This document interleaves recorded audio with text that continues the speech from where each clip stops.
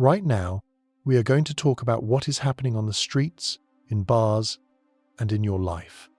We are going to discuss why men, even the most worthy, strong, and confident ones, are making a decision that 20 years ago would have seemed irrational. They are simply retreating. They are not approaching.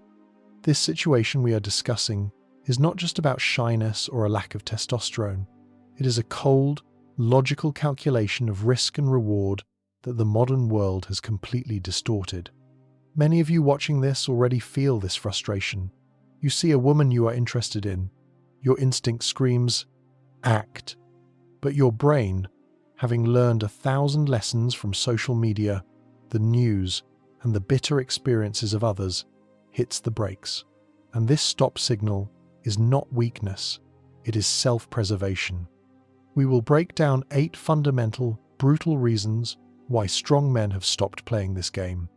And if you want to feel capable of action again, you must first understand the true rules by which this now hostile landscape operates. The first, and perhaps the most destructive reason that has completely altered male behavior is the critical imbalance of consequences. The most powerful factor changing men's behavior is the absolute disproportionality of the aftermath. We live in an era where the cost of a mistake in dating has risen from 5 minutes of awkwardness to the loss of everything a man has spent years building. In the past, a rejection simply meant no. Today, any interaction with a female stranger takes place in a space with zero tolerance for error. A failed compliment, a misunderstood joke, or simple nervousness can be instantly recorded on camera. Smartphones and social media have turned private life into potential public content.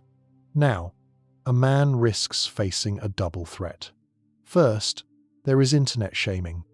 A woman has the power to upload a video of a failed approach to TikTok or Reddit, turning the man into a viral meme, a symbol of cringe, or an object of ridicule for millions. The digital footprint lasts forever, and deleting it is practically impossible. Second, there are real-life losses. In the conditions of modern corporate ethics and cancel culture, a complaint or a viral video can lead to dismissal, the loss of professional licenses, broken contracts, and the destruction of a career. No woman, no matter how attractive, is worth the risk of losing one's livelihood and social status. This is a cold, rational calculation. The potential reward, a date, is negligible compared to the risk of total reputational collapse. Men choose passivity not out of shyness, but out of the understanding that the modern environment uses any activity of theirs as grounds for judgment. In this climate, silence is the safest and most logical strategy. The second reason, closely tied to the first, is the total destruction of social permission. Historically, there were social buffers and accepted scenarios for meeting people. Mutual friends, church events, dances, parties. An approach happened in a context where you both occupied a specific, socially approved role. Previously, the reputation of mutual acquaintances or belonging to the same community served as an automatic guarantee of safety, removing initial tension and mistrust. Today, we live in an atomized world where social bonds are severed. If you approach a woman on the street, in the subway, or even in a coffee shop, you are a complete variable. Your presence was not requested. In the absence of prior social approval, a woman is forced to rely on her defensive instincts, perceiving any stranger as a source of potential threat rather than an interesting conversationalist. And the modern social mindset, fueled by media, is that any unsolicited male attention, especially in personal space, should be viewed with suspicion.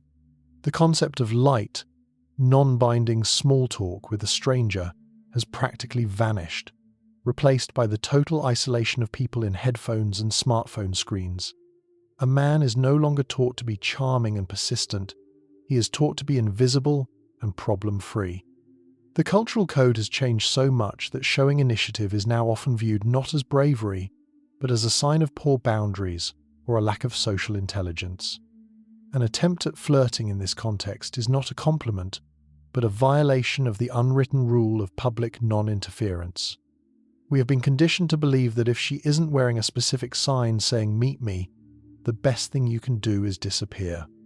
All romantic activity has been artificially pushed into the ghetto of dating apps, making the real world a sterile zone, free of feelings. This situation creates a vicious cycle. Men are afraid to approach, women perceive silence as the norm, and anyone who breaks this norm automatically falls into the creepy or deviant category. We are observing the gradual disappearance of the culture of chance encounters, where the magic of the moment and destiny have been sacrificed for safety and predictability. The third reason is sociological, the disappearance of third places. Previously, introductions happened in places designed for social interaction, hobby clubs, community centers, even libraries, where people regularly crossed paths. These were third places, neutral zones outside of home and work. Previously, regular attendance at the same places created the familiar stranger effect, which served as a bridge of trust and significantly eased the first step. But now this social repetition has practically disappeared. The modern world has cut off these places, replacing them with places of consumption or transit. The urban environment is now designed for maximum efficiency and speed, where any delay for the sake of conversation looks not like a norm of life, but like a strange glitch in the system.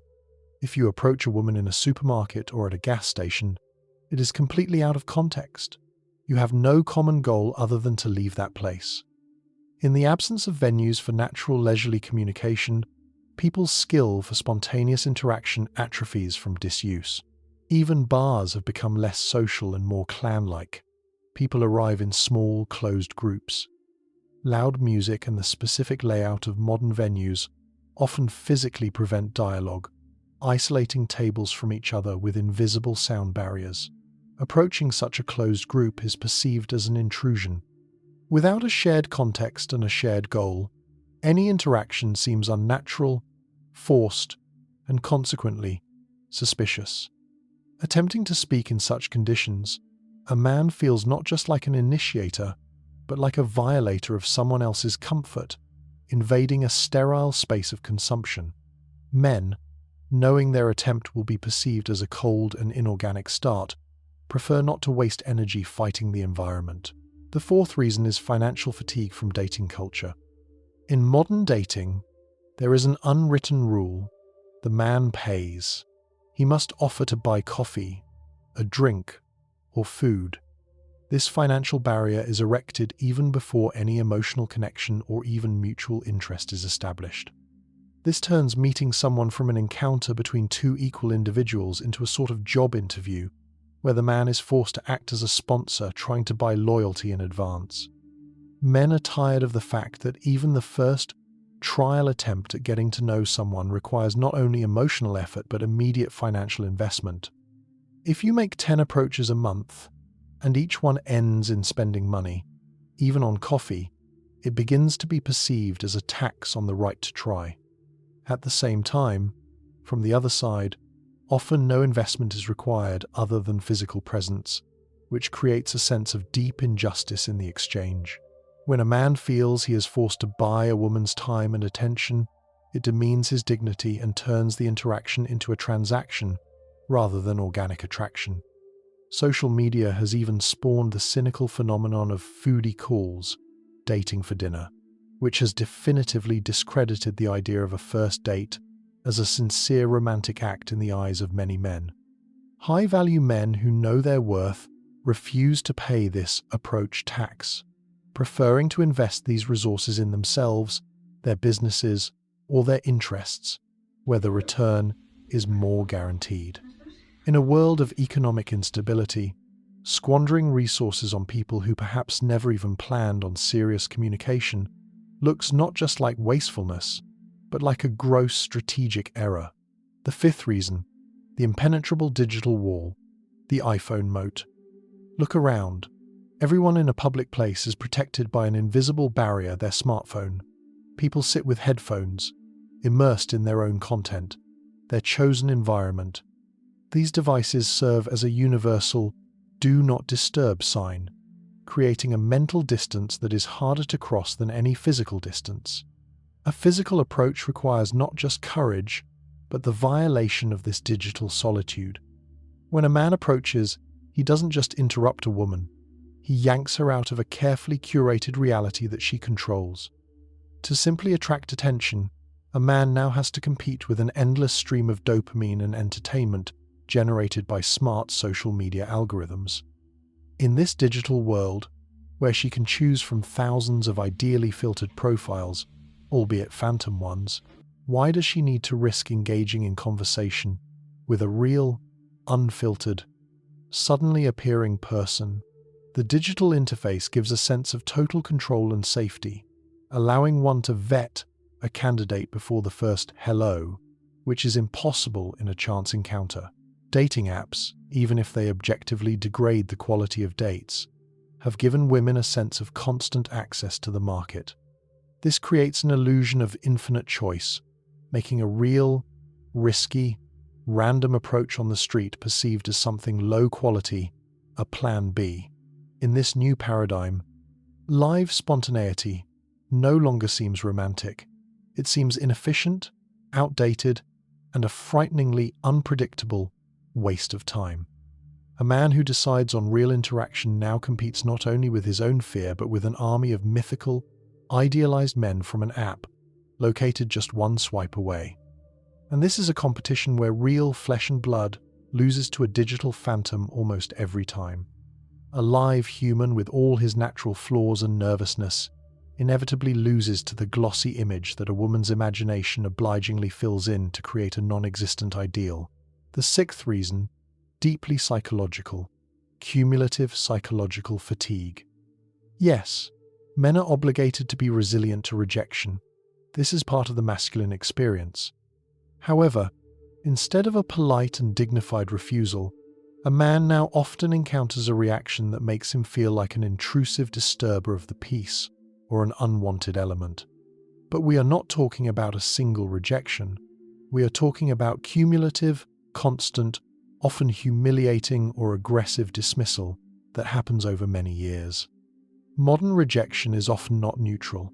It can be framed as contempt, eye-rolling, a public sigh, or, in the worst case, active condemnation. If a man honest, well-dressed, and with good intentions makes 10 approaches and receives 10 cold, dismissive responses, this is not just training for thick skin, this is psychological damage.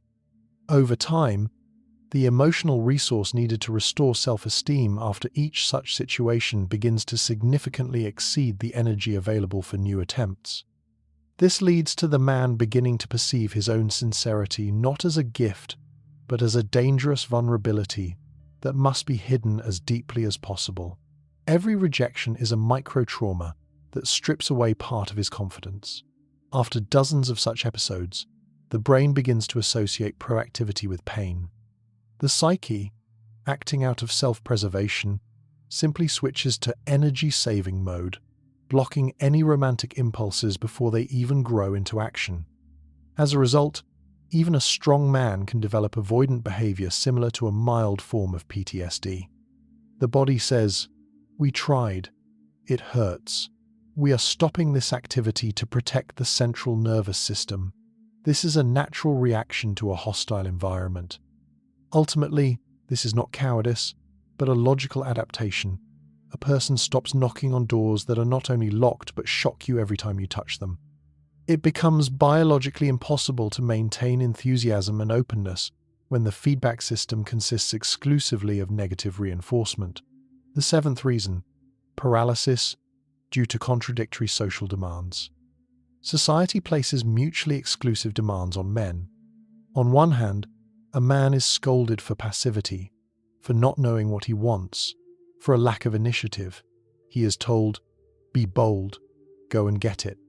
On the other hand, as soon as he shows initiative, he risks being immediately labeled as aggressive, toxic, too persistent, or even a stalker. The criteria for acceptability have become so blurred and subjective that the exact same action can be interpreted as both a beautiful romantic gesture and a gross violation of boundaries, depending entirely on the current mood of the recipient. This double trap is absolutely paralyzing. A man does not know at which exact, microscopic moment his boldness turns into a crime. Instead of natural spontaneity and ease, communication turns into an exhausting internal audit, where a man is forced to endlessly analyze his every word for potential danger. As a result, the safest path is to do nothing, remaining polite and unnoticed. This is especially noticeable in the corporate environment. High-status men are forced to be maximally neutral to protect their professional reputation. If an approach in a coffee shop could potentially ruin his image at work, he simply won't risk it. He will choose passive, safe ways of meeting people through friends, through narrow circles, where the risk of public annihilation is minimized. Calculated indifference becomes the new form of social etiquette, as it is the only strategy guaranteeing immunity from accusations. And finally, the eighth, most strategic reason: strategic withdrawal from the game. When the risk exceeds the reward so catastrophically, a strong, logically thinking man simply stops playing. This is not surrender. This is a strategic redirection of resources. It is a conscious choice to withdraw one's capital from a market that has become inefficient in order to invest it in assets completely under one's own control. If the dating market has become toxic, hostile, and requires inadequate costs, emotional, temporal, financial, a high-value man decides to focus on those areas of life where effort guarantees fruit: career, physical health, creating a strong circle of male friends, skill development. Unlike the chaotic world of modern relationships, where the rules change daily, sports and professional achievements provide honest, linear feedback. Invested effort always equals the result obtained. This man understands that true value lies not in proving his worth to a strange woman in a bar, but in creating a fundamental, unshakable life. He knows that when he reaches a certain level of success, quality of life, and environment, women will come to him, bypassing risky public approaches. Such a strategy flips the polarity of interaction. The man ceases to be a beggar for attention and becomes the one who chooses, allowing interest to arise naturally rather than artificially. This generation of men is not passive, it is selective. They refuse to spend precious energy on low-quality interactions in a high-risk environment. They prefer to wait, work on themselves, and appear only where the chances for organic, mutual, and safe interaction are higher. This is the logic of survival and achievement. Ultimately, this is the highest form of self-respect, refusing to participate in a system that demands maximum investment from you, but offers no guarantees of reciprocity. So, here it is, the brutal truth. Men are not just afraid, they are consciously avoiding a game where the rules were written against them, where even for trying, they might pay too high a price. But understanding this problem is only the first step. Diagnosing this toxic landscape should not become an excuse for inaction, for retreating into a cave and complaining about the injustice of the world. Your path forward requires no less strength than an approach did 20 years ago. In fact, it requires more strength, because today you must act with the cold head of a strategist, not the hot heart of a youth. The conclusion from this entire situation for you, as a man, is simple but heavy. First, raise your value to the level of undeniability. The only way to overcome the hypergamic barrier and the fear of rejection is to become a man whose internal value is so obvious that the risk of approaching seems minimal to you, and for her a huge loss. Stop looking for ways to convince a woman on the street. Look for ways to become a man who is impossible to ignore. This means discipline in the gym, obsession in work, and absolute mastery over your emotions and time. Second, choose your battlefield. If third places have disappeared, create your own. Stop trying to meet women in places of consumption bars, clubs, shopping malls, and start looking for women in places where you have a shared interest and a shared context. These could be professional development courses, sports classes, climbing, yoga, volunteer events, or niche social groups. In these places, the risk of social judgment is lower because you are both already doing what you enjoy and your roles are defined. Third, accept responsibility, but not guilt. You are not to blame for the toxicity of the modern social landscape, but you bear 100% responsibility for how you react to it. Remove whining and complaints from your vocabulary. The world will not change to make your life easier. Your task is to become so strong and skillful that this hostile environment can no longer dictate terms to you. If you are strong, financially independent, emotionally stable, with developed social intelligence, you will approach not because you need her, but because you want to share a part of your magnificently structured life. And this position, a position of abundance and power, is the only position that wins today in this complex, dangerous, but still incredibly important game. Act, but act smartly.